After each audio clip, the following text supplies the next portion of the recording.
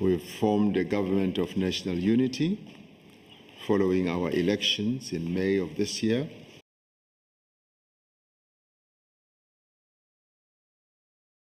This week is officially the start of BRICS Summit. South Africa is part of BRICS. They will be making a crucial contribution to the BRICS Summit. Last year it was held in South Africa, and this year it is being held in Russia. As a normality, the President of Russia, Mr. Vladimir Putin, welcomed the President of South Africa, Mr. Cyril Ramaphosa, in a small meeting, and while they were speaking in that meeting, Ramaphosa took it up upon himself to notify Putin about the changes in South Africa, that is, the government of national unity. He says that there is a new government that I'm going to tell you all about it, which is the government of national unity. We just came from the elections, so we decided to convene a government of national unity. And part of what Ramaphosa says is that we thank you for being that valuable friend who helped us during apartheid. I mean, you were there, you were that solid friend who helped South Africa during their difficult times of apartheid. Brief you and others of the journey that we have embarked upon as South Africa. We've formed a government of national unity following our elections in May of this year. So we will have time, as I briefed you on the telephone, but we will have time to talk more about that and inform you how that whole process of governing South Africa with a number of other parties is evolving as we have sought to unite the country, to stabilize the country politically. And we're rather pleased that with your support in every respect, we've been able to reach this point in the history of our country.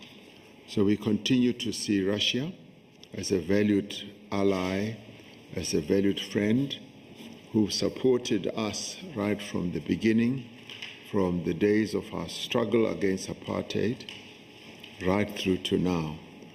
As Ramaphosa thanks Vladimir Putin for being that valuable friend who have been assisting South Africa during those difficult times of apartheid, on the other hand, the second best in the GNU, the Democratic Alliance, have issued a statement to say that we reject the characterization by the President of South Africa, Mr. Ramaphosa, where he says that Russia is a valuable friend of South Africa and that Russia contributed massively to helping South Africa during the apartheid. For South Africa to bring the past and thank Putin and even view Putin and Russia as a friend is really not well received by the Democratic Alliance. Which brings the question, how long will this man-made friendship going to last between the ANC and the Democratic Alliance? It seems like the DA does not see themselves as a friend of the ANC. They don't see any need to associate themselves with the ANC. For them, they are in the GNU just to go and govern for salaries and nothing more. If you are going to say on the public platform that we denounce whatever Ramaphosa is saying, we don't really want to be part of the characterization of being friends with Putin, of being friends with Russia. It gives us a lot of questions on whether you guys are going to last. Are you going to reject each and everything that Ramaphosa comes up with? The ANC wants to lead, the government wants to lead. Are you going to really reject each and everything? Because if you are going to do that, how about you step aside and let someone else and let a different party go and work with the ANC? We cannot have a situation where the president goes overseas to represent us and you are saying that we are not part of that. How about you officially take yourself out of the conversation? Why don't you just keep quiet, the DA? Why don't you keep quiet and not say anything? I mean, are your funders going to be angry? Are they going to disown you because you did not go on the public platform and say that whatever Ramaphosa is saying, we don't agree with it? A simple message to the President of South Africa should be that you must call the DA to order. You must remind them that they are just second best. They don't hold anything that can shake the relationship.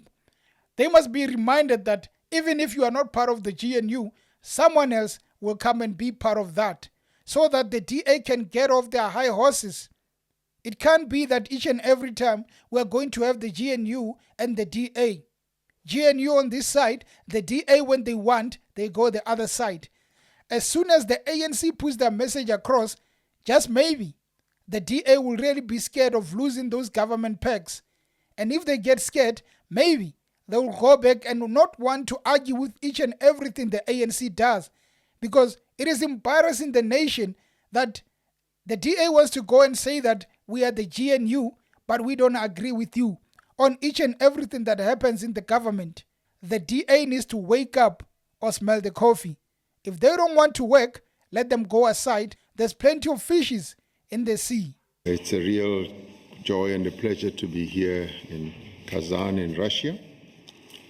And we'd like to congratulate you for hosting and being the president of BRICS, having taken over from us.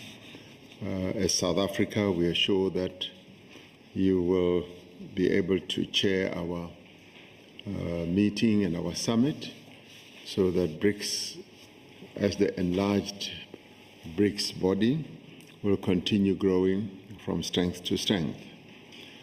We also do look forward, of course, to this evening, where we have been invited, and also to the summit itself, to participate with all other countries under your leadership to deal with matters that are of such great importance in geopolitical terms, in everything that is happening around the world, but also on matters that have to do with trade, with climate change, with peace and security as well.